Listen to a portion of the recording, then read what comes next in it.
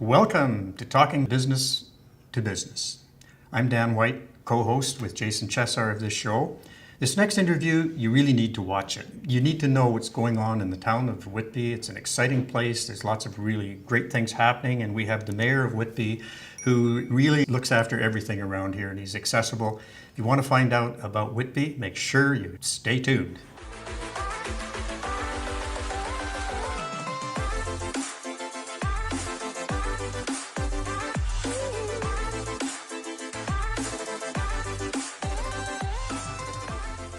Hi, and welcome back to Talking B2B. My name is Dan White, and I'm here with... Don Mitchell. And who's Don Mitchell? Well, I am the mayor of Whitby, Yes, you are. and other things as well. Right. What's it like to be a mayor of a town? Well, I'll say that to be the mayor of your hometown, my hometown, and to be mayor of such a great town is it's a privilege, and it's an opportunity, and I'm very fortunate to have that opportunity. Now, I'm a high energy person myself, and yet I see you're out there in the community, you're at every event, you're cutting ribbons later this morning, you're involved in everything. Where do you get the energy to do everything that you do? You meet with the Chamber of Commerce and all kinds of things. It's a big job. There's lots going on, but you have a lot of great people, a lot of support, and a lot of people to organize your life. So, and my wife Liz is amazing. So everything's organized in all sides of my life. So you just get to kind of focus on doing what I really enjoy, which is trying to think about how to keep making Whitby a better and better place. That's awesome. What is your biggest challenge in being mayor? So the biggest challenge for me in terms of Whitby and generally is that we are on the cusp of very rapid growth, extremely rapid growth. Actually, we've been seeing it for a while.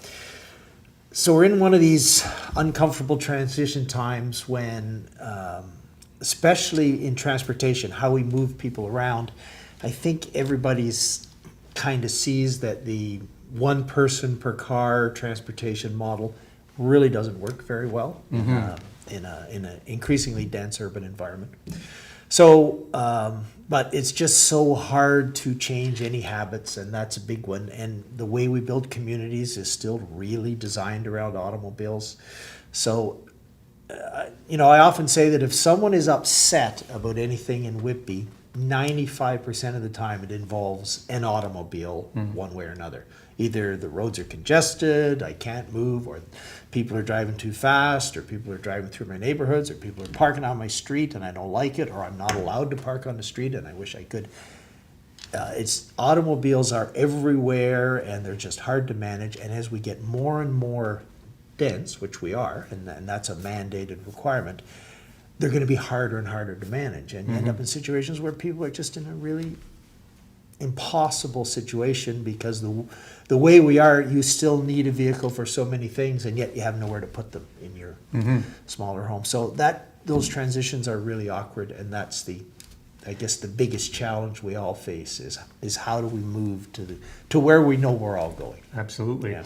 How do you deal with a snowstorm, like where things get tied up? And one of the things I wondered about is the homeowners getting upset that the snowplow puts the snow back in their driveway. Yeah. Do you have to deal with that? Well, we have a windrow program, so Right. we do clean that for seniors and for people who, that's cool. if you have any sort of disability, and that's a free program, and that's great.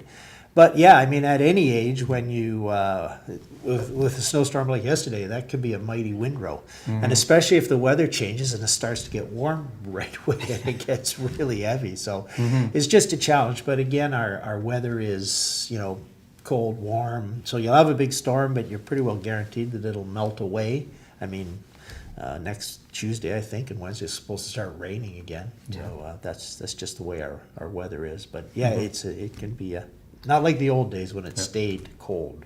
Yeah. It was, in a lot of ways, that was a lot easier. Yeah. Now, I understand there's a lot of really interesting developments happening within the town of Whitby. Do you want to share with some of the new things that are happening, what's going on out there? Well, certainly, I mean, the big one that everybody's waiting for that is the Nordique. That's construction's underway after all that. That's going to bring a lot of people. I mean, they project about 150,000 people into the town, and of course the spin-off opportunities there, because it's the type of experience where you'll come back many times and eventually you'll get to explore other things. We have lots of other, tourist attraction things, especially down in the south around Landmark. But also our two downtowns, two genuine historic downtowns that are obviously Back to the other one for a second. You mentioned Nordique. What exactly is that? So it's a spa experience. It's sort of hot, cold, thermal treatment, and then you can do lots of upgrades. But to basically go in for a day, I visited the one in Chelsea, Quebec, and the location here is perfect for it. And they have hot, cold, sauna, steam, that kind of thing. But it also they design it so it's all little sort of private areas, and you can go there and just read and sit and relax. I just think it'll be just a tremendous success. Yeah. That sounds really good. I'm definitely interested myself.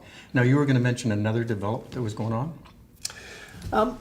Just the when you look at the things we're really proud of, the 360 Insights building, saving that school and having that amazing business with all these employees, and then our 1855 accelerator, and supporting the innovation aspect of our town, which is a big driver of productivity now. I mean, I come from a different generation when jobs were more stable, less fluid. I mean, the whole innovation, technology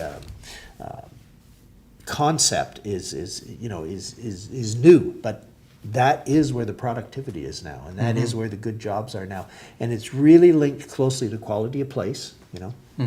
Certainly, if people who can do it, who have the ability to transport their job, they want to be somewhere where it's great to live, work, play.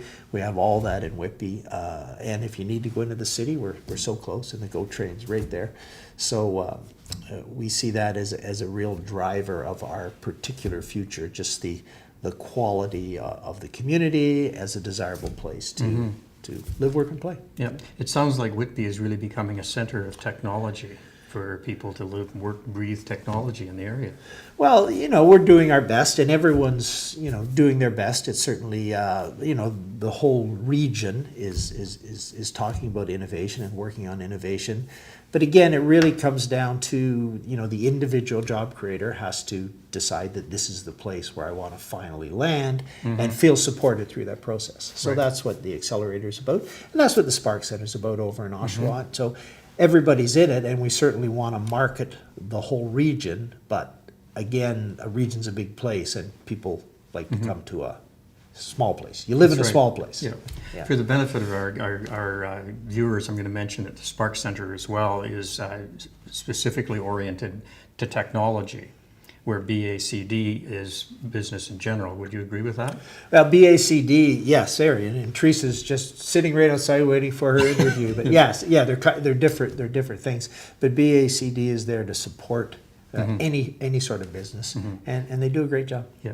Why should a business come to Whitby to locate? Well, if you can, transport your business here, it's going to be, less expensive in terms of your land and in terms of your operations.